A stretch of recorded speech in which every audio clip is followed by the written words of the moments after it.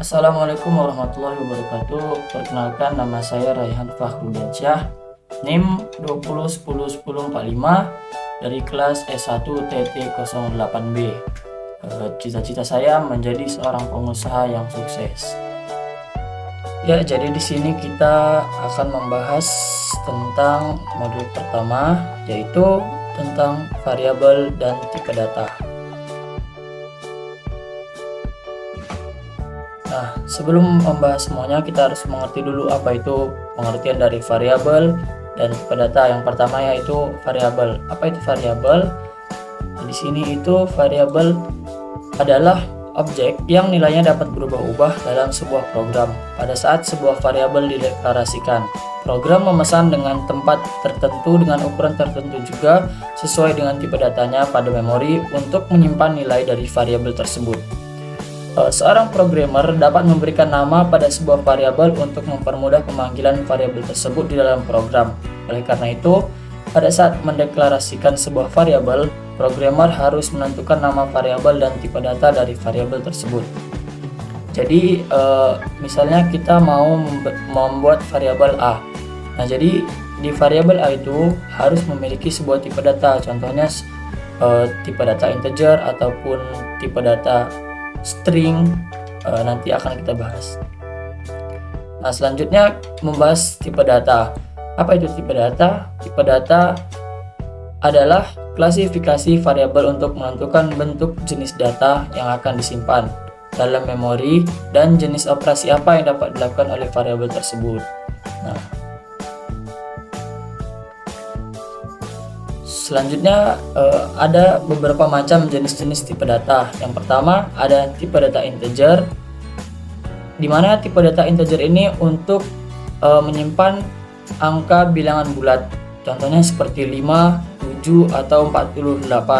Nah, misalnya hasil dari sebuah variabel itu misalnya hasilnya adalah bilangan desimal, maka yang akan keluar pada output itu hanya bilangan bulat saja, tidak ikut desimalnya. Kemudian yang kedua ada tipe data float, di mana tipe data ini untuk angka pecahan seperti 3,14 atau 5,5 atau 0,0024. Nah, jadi kalau misalnya kita ingin menggunakan tipe data yang desimal atau pecahan, itu kita bisa menggunakan tipe data float. Kemudian tipe data boolean, di mana tipe data ini yang berisi nilai true atau false, di mana outputnya nanti akan mengeluarkan hasil 0 atau 1.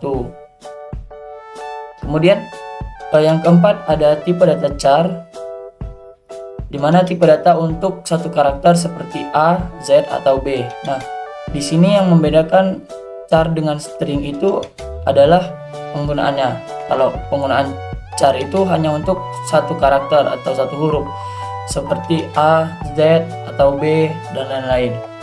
Nah, kalau string, tipe datanya itu untuk kumpulan karakter atau sebuah kalimat, misalnya Andi, hello world, dan lain-lain. Kita lanjut ke penamaan variabel. Syarat penamaan variabel yang pertama, nama variabel hanya boleh disusun dari huruf alfabet, angka, dan karakter garis bawah atau underscore, dan tidak boleh mengandung karakter khusus seperti operator aritmatika, tanda baca, atau karakter khusus lainnya. Nah, untuk nama variabel sendiri itu nggak boleh dimulai dari angka, misalnya tanda tambah atau tanda minus. Nah, itu nggak boleh. Tapi kalau misalnya dimulai dari underscore itu boleh. Kemudian yang kedua, panjang nama tidak dibatasi, tapi sebaiknya interpretatif, yaitu mencerminkan nilai intrinsik atau fungsi yang dikandungnya. Kemudian yang ketiga, nama boleh dimulai dengan huruf alfabet atau karakter garis bawah, tapi tidak boleh dimulai angka. Kemudian yang keempat, nama tidak boleh menggunakan istilah yang menjadi kata kunci yang ada di pseudocode atau bahasa pemrograman tertentu.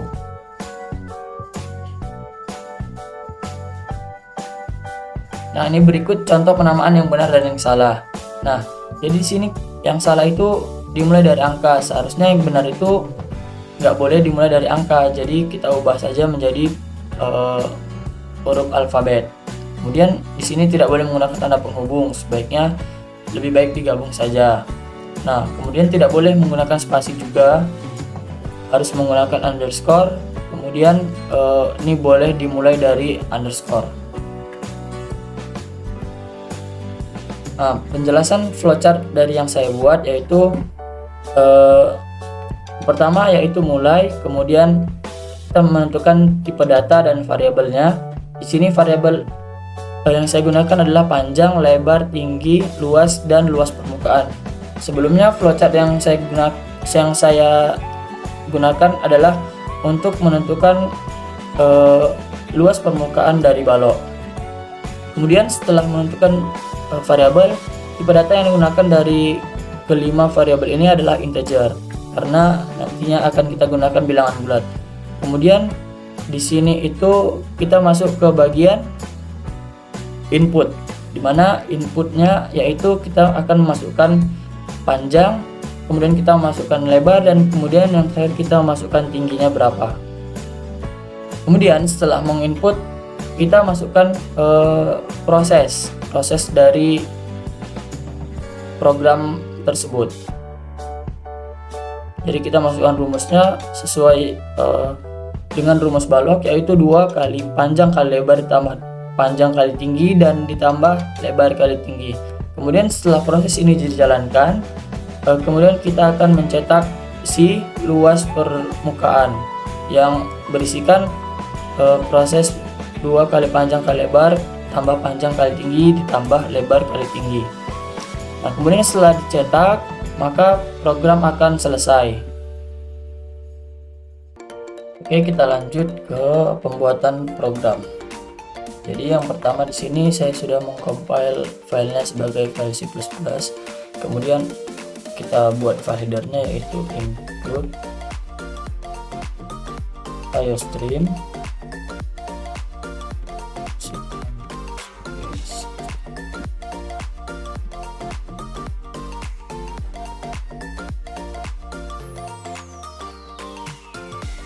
Nah, kemudian kita masukkan dulu di sini yaitu variabel dengan tipe data integernya. Kita buat integer lebar, panjang, lebar, tinggi, dan luas permukaan. Nah, jadi ini bisa kita gabung dari keempat variabel ini. Kalaupun misalnya mau dipisah, integer panjang kemudian integer lebar, itu juga bisa. Kemudian di sini kita akan menampilkan nama saya terlebih dahulu. Nah,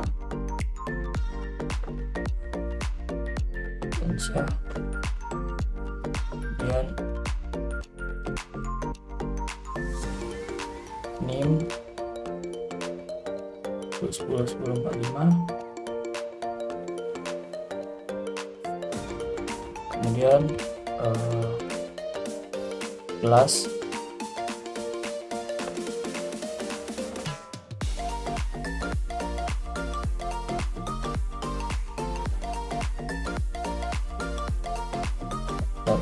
PT08B.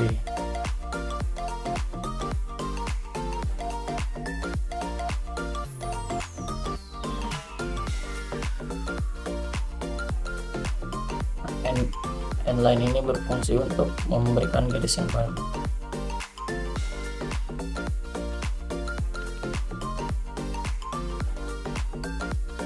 Nah, kemudian selanjutnya kita membuat masukan yaitu panjang, lebar, dan tinggi. Caranya yaitu kita kasih dulu spasi,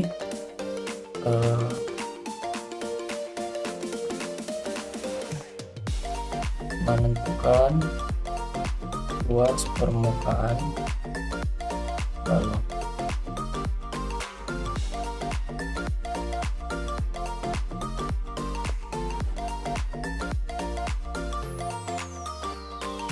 Nah, kemudian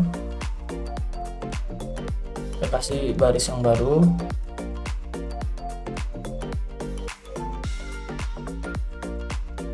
Kemudian kita masukkan yang pertama, kita tampilkan dulu masukkan panjang balok, kemudian cin. Nah, kemudian kita panggil dari variabel si panjangnya. Nah, kemudian kita kasih spasi lagi. Kemudian kita masukkan cout yang kedua, yaitu masukkan lebar balok. Nah, kemudian kita panggil lagi si lebarnya.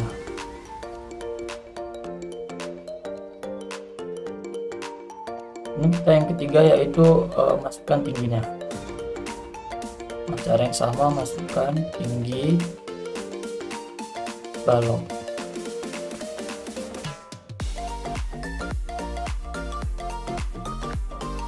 Jangan lupa di setiap akhir kode itu harus diakhiri dengan koma. Nya yaitu tinggi. Kemudian cout kasih. Nah, kemudian di sini kita akan masukkan prosesnya, yaitu LP, berarti luas permukaan sama dengan, kemudian kita masukkan 2 dikali panjang dikali lebar tambah panjang dikali tinggi ditambah lebar dikali tinggi. Nah, kemudian selanjutnya yaitu kita akan menampilkan hasil dari si luas permukaan ini. Caranya yaitu dengan cout, maka luas permukaan balok tersebut adalah, kemudian kita panggil si luas permukaannya, kemudian kita kasih enter. Kemudian kita akan memberikan perintah selesai. Nah, kemudian kita masukkan return 0 untuk mengakhiri program tersebut. Apabila sudah selesai, maka akan kita jalankan. Nah, misalnya kita masukkan panjang balok 6, kemudian kita masukkan lebar 8, kemudian tingginya 10. Nah, maka luas permukaan balok tersebut adalah 376 cm. Maka apabila semua program ini telah dijalankan dengan benar, program tidak akan ada yang error. Mungkin sekian materi dan program yang saya sampaikan. Lebih kurangnya saya mohon maaf. Dan saya ingin menyampaikan satu quotes, yaitu hidup tak semudah membalikkan telapak tangan, tapi dengan membolak-balikan telapak tangan, kita bisa membolak-balikan kehidupan juga. Sekian dari saya. Assalamualaikum warahmatullahi wabarakatuh.